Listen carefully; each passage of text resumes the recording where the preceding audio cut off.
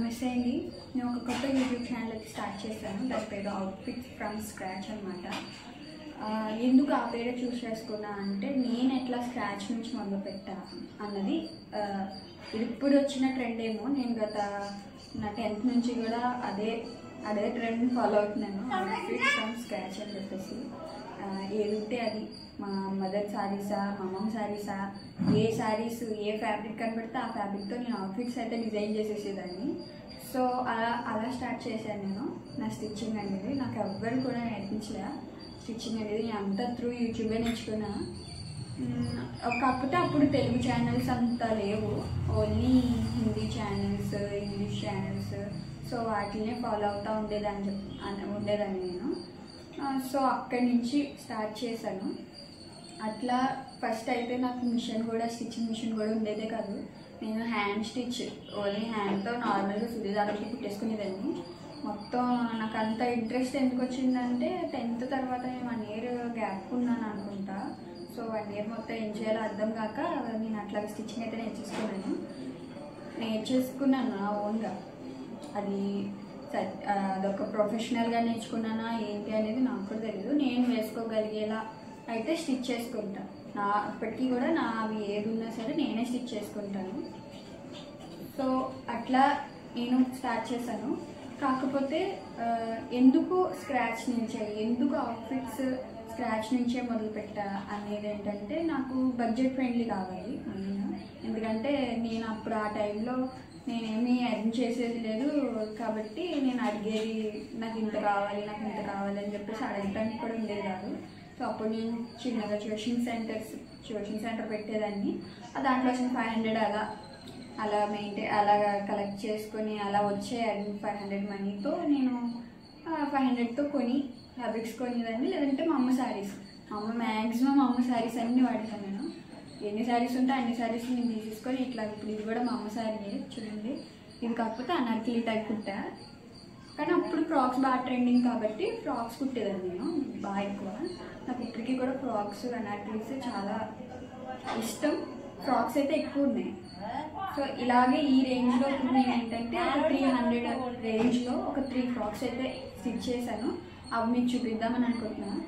ఎందుకంటే ఏమో ఒక 300 రూపీస్తో కూడా చెయ్యొచ్చా అని మీరు డౌట్ పడి ఉంటారు. అవుట్ఫిట్ ఫ్రమ్ స్క్రాచ్ అంటే ఏమో ఒక మీటర్ ఒక 150, మీటర్ 150, మీటర్ 100, లేకపోతే మీటర్ 500 ఆ రేంజ్లోనే మొదలు పెట్టాలేమో, ఆ రేంజ్లోనే వస్తుందేమో క్లాత్ అని ఒపీనియన్లో ఉంటారు.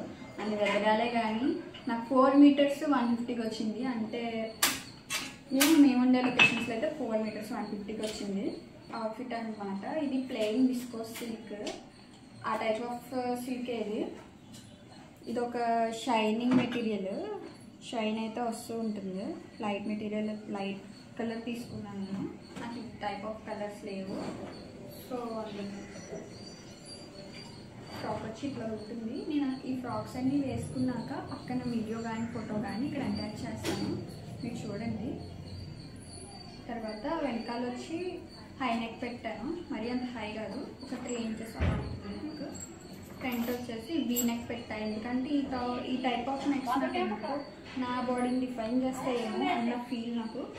సో నాకు అవి బాగా సెట్ అవుతాయి. సో అందుకే మ్యాక్స్ అలాంటివే పెడతా. అండ్ ఇక్కడ వచ్చేసి ఫ్రిల్స్ అనేవి ఇలా పెట్టాను. ఈ టైప్ ఆఫ్ ఫ్రిల్స్ పెట్టాను ఎందుకంటే నేను కొంచెం స్లిమ్గా ఉంటాను కాబట్టి నాకు కొంచెం వాల్యూమ్ యాడ్ చేయాలి ఈ ప్లేస్లో. సో అందుకు నేను ఈ టైప్ ఆఫ్ ఫ్రిల్స్ అనేవి పెడతా ఉంటా. ఒక్కోదానికి ఒక టైప్ ఆఫ్ ఫ్రిల్స్ పెడతాను. కొన్ని ఫ్రిల్స్ బాగోవు కదా, కొన్ని సెట్ అవ్వవు కాబట్టి వాటికి అంబ్రెల్లా కట్ పెట్టి అక్కడక్కడ కొంచెం ఫ్రిల్ ఇస్తాను. ఎందుకంటే నాకు కొంచెం నా బాడీ పరంగా నేను ఉక్కోవాలి కాబట్టి. కొంచెం చబ్బీగా ఉండాలి, కొంచెం హెల్తీగా ఉన్నవాళ్ళు ఏంటంటే ఫ్రిల్స్ కొంచెం ఎంత తక్కువ పెట్టుకుంటే అంత బెటర్ అనమాట. ఎందుకంటే అప్పటికి ఇక కొంచెం వాళ్ళకి వాల్యూమ్ ఉంటుంది కాబట్టి వాళ్ళకి అంత వాల్యూమ్ నీడ్ ఉండదు. సో వాళ్ళు వాల్యూమ్ అంత క్రియేట్ చేయక్కర్లే. స్లిమ్ ఉండే వాళ్ళు మాత్రం వాల్యూమ్ క్రియేట్ చేయకపోతే మరీ స్లిమ్గా అనుకో. చూడండి, ఇక్కడ కూడా నేను ఫ్రిల్సే పెట్టాను, ఈ ప్లేస్లో కూడా నేను ఫ్రిల్సే పెట్టాను. హ్యాండ్స్ వచ్చేసి మరీ ప్లెయిన్గా ఉంటే బాగోదేమో అనిపించి ఇక్కడ చిన్న బౌల్ లాంటిది పెట్టాను. ఇక్కడ ఇంకా కొంచెం వర్క్ ఉంది, చెయ్యలేదు. ఇక్కడ కొంచెం ఇలా ఎల్బో హ్యాండ్స్ ఇచ్చాను. ఇది వచ్చి 3 టైర్ ఫ్రాక్ అనమాట. దీని ప్లేస్ చూడండి. ఇది 150 రూపీస్. అంటే మీరు నమ్ముతారా, అసలు నేనైతే నాకు ఎలా వచ్చిందో నాకు కూడా తెలియదు. ఇంకా తీసుకున్నాను అనమాట. ఈ క్లాత్ అంతా 4 మీటర్స్ ఇచ్చాడు. 150 రూపీస్ పడింది. లోపల లైనింగ్ నాకు 100 రూపీస్ పడింది, 4 మీటర్స్. అది కూడా నాకు ఇక్కడ 25 రూపీస్కే పడుతుంది లైనింగ్.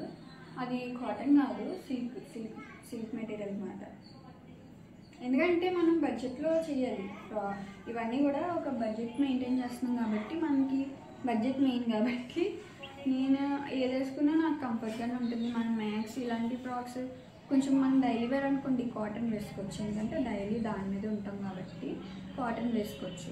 ఇవి మనం అప్పుడప్పుడు వేసుకుంటాం కాబట్టి దీనికి అంత నీరు అనిపించదు నాకు. కానీ క్వాలిటీ బాగానే ఉంటుంది. ఆ లోపల సిల్క్ మెటీరియల్ కూడా క్వాలిటీ బాగుంటుంది, కానీ అది మెటీరియల్ వచ్చి సిల్క్ అంతే.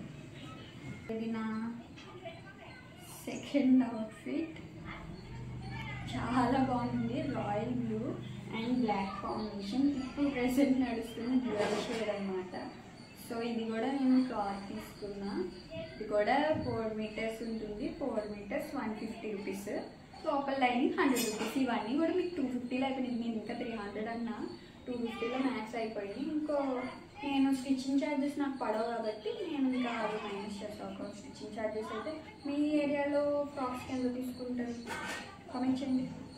మా ఏరియాలో అయితే తెచ్చుకోలేదు కాబట్టి నాకు తెలియదు. చూడండి, ఇది వచ్చి సాటిన్ క్లాత్. ఎంత బాగుంది చూడండి. మొత్తం ప్లెయిన్ ఇచ్చాను. ఇది కూడా ప్లెయిన్ ఇట్లా ఉంటుంది. ఇదొక టైప్ ఆఫ్ నెక్లెస్ అలా ఏదో అంటారు సంథింగ్. నేనైతే స్టిచ్చింగ్ నేర్చుకున్నా కానీ దాని పేర్లు అయితే నేర్చుకోలేదు. నాకు అంత నీడ్ అనిపించలేదు పేర్లు నేర్చుకోవాలా అన్న. థర్డ్ అవుట్ఫిట్, ఇది నాకు చాలా ఇష్టం.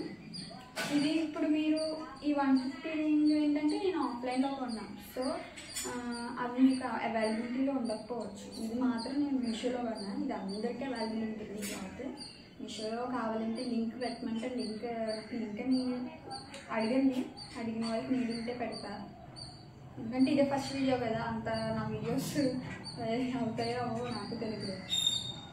సో ఇది వచ్చి క్లాత్ వెల్వెటీ టైప్ క్లాత్ అనమాట. కానీ వెల్వెట్ క్లాత్ అయితే కాదు. దీనికి అంబ్రిల్లా ఇచ్చాను. చెప్పా కదా, అంబ్రిల్లా ఇచ్చినా కూడా అక్కడక్కడ చిన్న ఫ్రిల్స్ అయితే ఇస్తానని చెప్పేసి సో అట్లా ఇచ్చాను.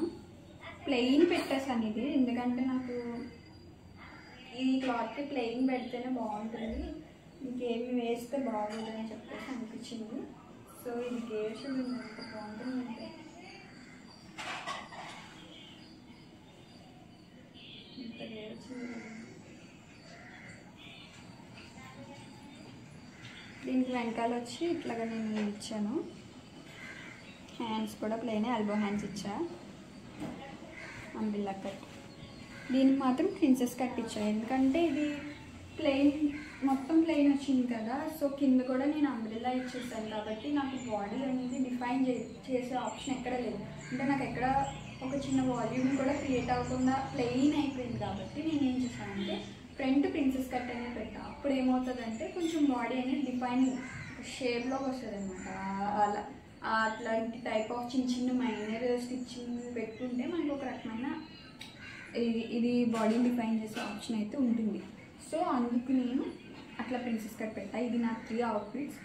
ఇవి ఎలాగున్నాయో నాకు కామెంట్ చేయండి. దాంట్లో ఏ ఫ్రాక్ మీకు ఈ బడ్జెట్కి ఈ ఫ్రాక్ చాలా బాగా వచ్చిందని అనుకుంటారో ఆ ఫ్రాక్ నెంబర్ పెట్టండి. ఫ్రాక్ 1, 2, 3.